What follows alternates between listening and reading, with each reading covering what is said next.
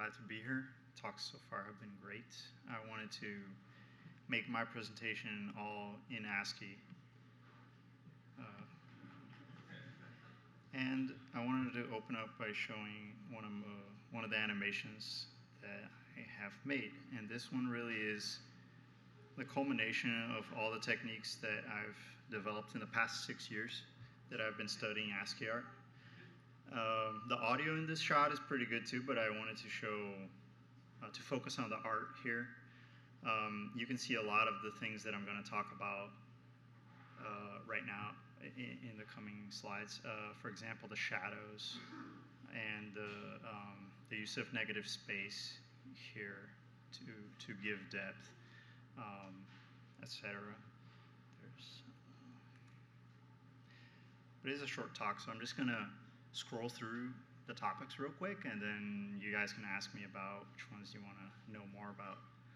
I want to show how this scene is decomposed. So there's a background layer, and here's the animation for the cultist, and then the other cultist on the bottom, the victim here, and even little details on the chain animating. And if you guys want to see the details of this presentation, there's a link at the end. You can download the text file. The candle on the wall right here has a nice little detail on the glyphs. Works really nicely. I was very proud of that one because it's just one symbol for the candle. So that's always good. This is the Nagaraja, the Supreme Serpent, coming up, and the tongue is omitted for simplicity because there's a lot of frames for the tongue, so I kept that one out. Here I wanted to stop to show these special metadata here that is where the particles get emitted. So I wrote a very simple ASCII particle emitter. And when I say simple, it doesn't do things that particle systems do, where smoke interacts, the particles interact with each other. It doesn't do any of that. It just has velocity and it shows the ASCII symbols. It's able to fit two particles within the same cell. So it does some smart things, but it's very simple. It gets the job done. And I think that's how projects should be. Some of the frames, let me move on.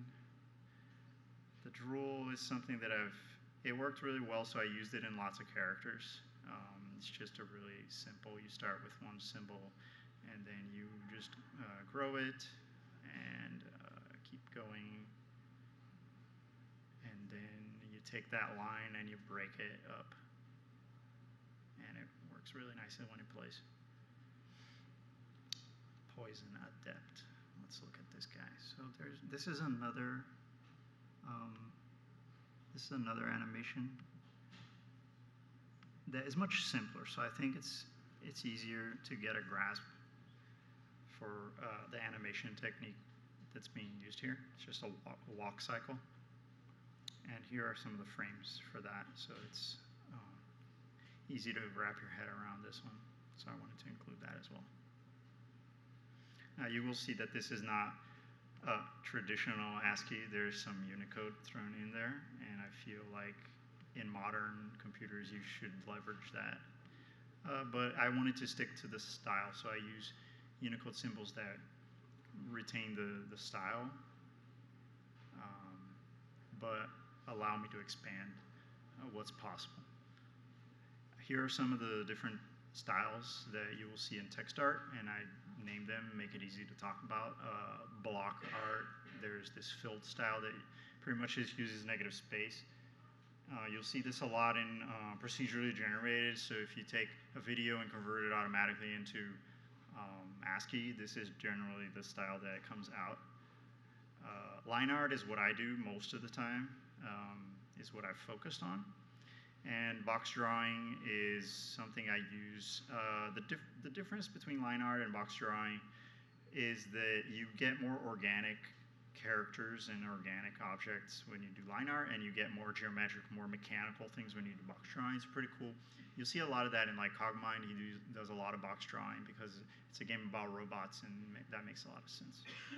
Also for UI, so if you're doing buttons and scroll windows, things like that, box drawing is really good. I wanted to talk about fonts real quick. So obviously monospaced, is how you get the job done. But then if you look at things like Asian ASCII with that is non-monospaced, some really incredible art comes out of that, and that's an area that I plan to explore in the future, but I haven't gotten there yet. Aspect ratio of your font. So I've come to the conclusion that 1:1 is really good for top-down games, but if you're going for isometric perspective or side perspective like I'm doing, 1:2 is better. Or more exactly, my choice has been 16:29. It's a bit awkward, but it took a lot of experimentation to get to this aspect ratio.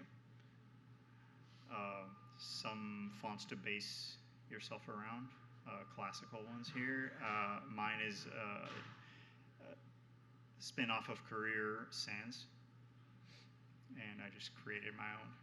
I ended up making over 20 different font sizes of the same font. I hired a couple of people to help with that work, and the reason I went for so many different font sizes, the smallest one is 3x5 pixel, so it's pretty tiny, but magically the game still reads when it goes that small. Is because I wanted the game to be pixel perfect at any resolution. You're able to scale the window size, and it picks the font dynamically. Here's some of the alphabet for line art specifically. The basic classic characters up here that you will see in a lot of old school ASCII art. And I have found that these four right here are really, really useful. The forward Latin accent is the mirror, of course, of that one. These are Unicode, though, so if you just take this text file, this presentation, and open it on your phone or on your browser, it's going to look terrible because of the Unicode, but if you download the file, then it'll look fine in a text editor. The upside down exclamation, when I do anti-aliasing in some of the lines, this one's really useful. And the center dot, it helps with balancing and negative space. I wanted to talk about alphanumericals, which if you take a letter like A or number 9 or 8, something like that, and you put that in the middle of the art, it affects a different part of the brain. And you can do that purposely, but you need to be aware that that's where the eye is going to be drawn to first. So if you want that effect in your art, then fine, but I find that it's usually an unwanted distraction. So these are the symbols that I do use sometimes. They're useful and they stick to the line art style. I try to use them purposely because they still have that effect, the alphanumerical effect, but you shouldn't use, the letter B or something like that. It's going to trigger the reader is going to read it differently, and it's going to be a distraction most of the time. Here are some of the lines, and it's called line art because you get these, basically you're just doing a bunch of lines at different angles. And some come very naturally, like the, 60 degrees one. And here are the gradients all the way to almost horizontal. But if you take a closer look, this one right here and that one, these two are the same angle, but they're drawn in different ways. And you can use this in the language of your greater work. If you're consistent with how you use these materials, you can assign them to, say, metal or wood or, I don't know, rock. Like this one might be rock and that one might be metal. And if you're consistent in that, the reader will internalize that, and you can then paint a bigger picture using that language. This bottom one is the same. So these bottom two are the same angle, but they're done slightly differently in style, so you get different results. So those are some options. Now, these are all quasi-horizontal lines, and there's an interesting aspect of ASCII line art that comes out. When you try to do vertical lines, you get into trouble, because in the horizontal ones, you have a lot of gradation in which glyphs you can use inside the space of a cell. But with the vertical lines, you don't, because all the glyphs are horizontally aligned. So you can't really do lines between 90 degrees and 60 degrees. You will usually see things like this one right here. And yeah, maybe for a rock surface or a spider web or something, you can do that. But if you're trying to make it look smooth, it's not going to look smooth. And this is where I've developed a few anti-aliasing tricks, such as that or that. These are all three the same angle, but different ways of doing that. And then for a curved side, you could use here are two ways with aliasing that you can do it, the same shape. And then here are some ways you can do it with anti-aliasing, with the exclamation mark or the single quote. So I wanted to draw something real quick to show, that it's not a very time-consuming thing. Like, people always ask, oh, this must take a ton of time to do. Yeah, it does, but once you practice and you get used to it, then it's a pretty fast process. I'm going to try to make a pumpkin here, but I don't know if I'm going to be able to do how good I'll do a job of that. But since it is October, I wanted to make a pumpkin of sorts here. Maybe a jack-o'-lantern or something. I guess I could have practiced this to make it faster, but let's do it live. And you will see there are certain combinations of glyphs that always come up. So these three right here is something that is very common. So once you practice enough and you're like, oh, blah, you got the symbols memorized and how you place them down, it becomes a very fast process. All right, so we got the basic shape of the pumpkin. I'll put some sort of stem here. I don't know yet where I'm going with this, but oops, alphanumericals. Use some negative space here. Yeah, it's coming out all right.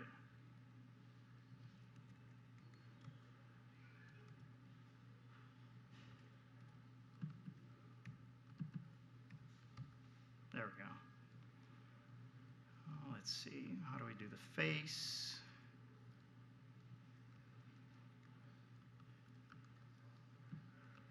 And then for the mouth, maybe I'll just do a bunch of,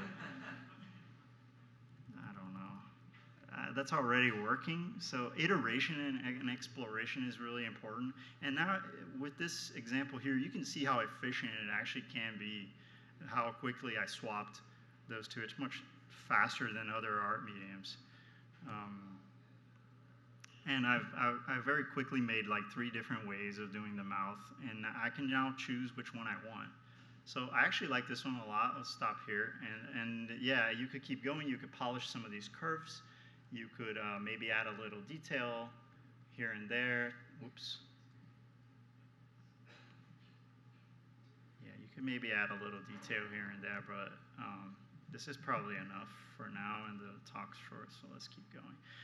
I mentioned negative space a few times, so here I wanted to get more specific about that. In this example here, you're doing 2 circles drawn on top of each other, and they have these 2 connections.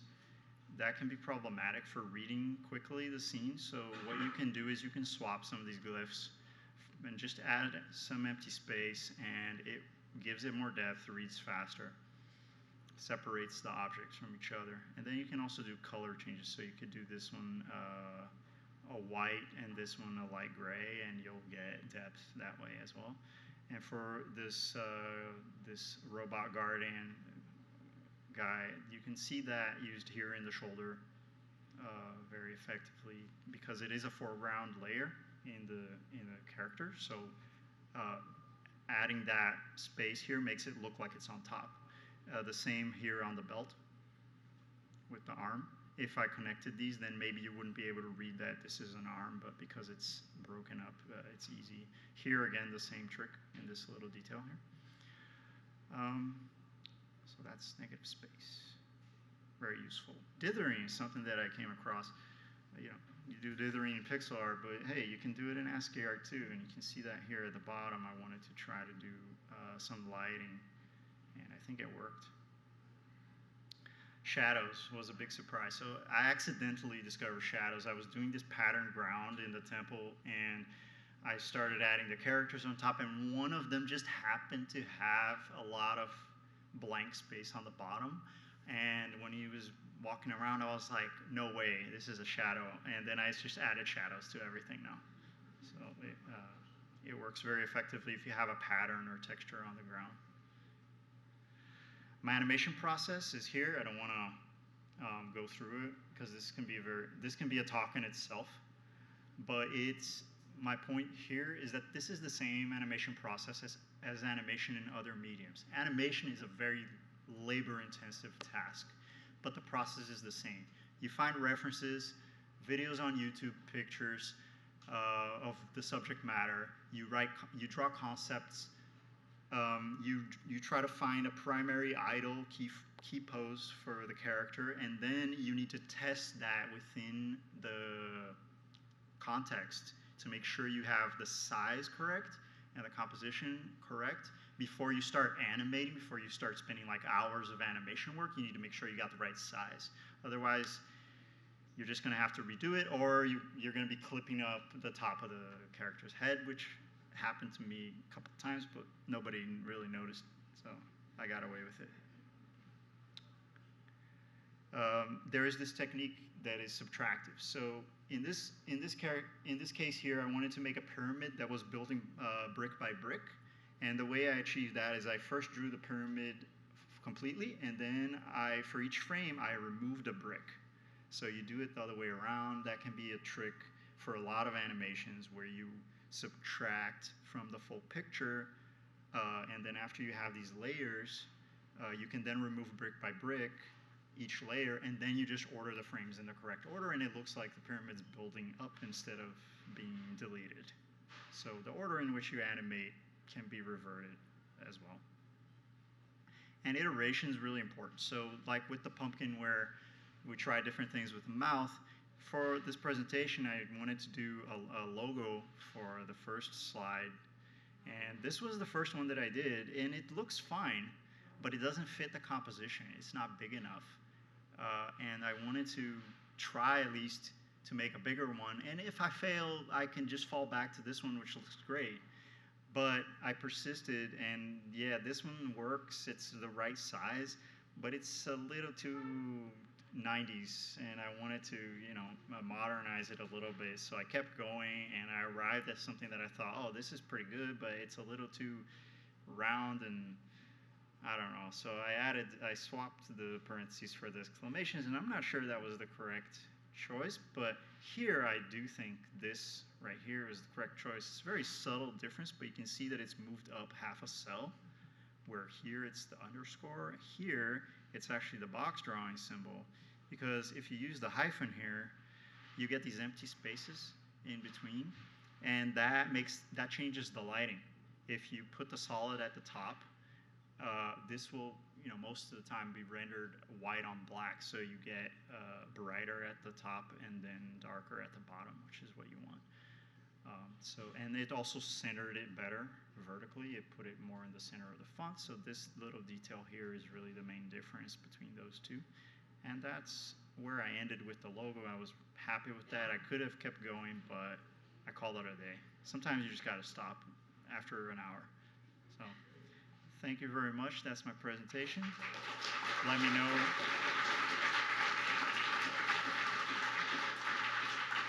So if you want to look at some of the details of those, you can find those here on this text file. Like I said, it looks better if you download to your PC and look in a text editor. Don't look through your browser. Let me know if any of those topics you want me to develop more.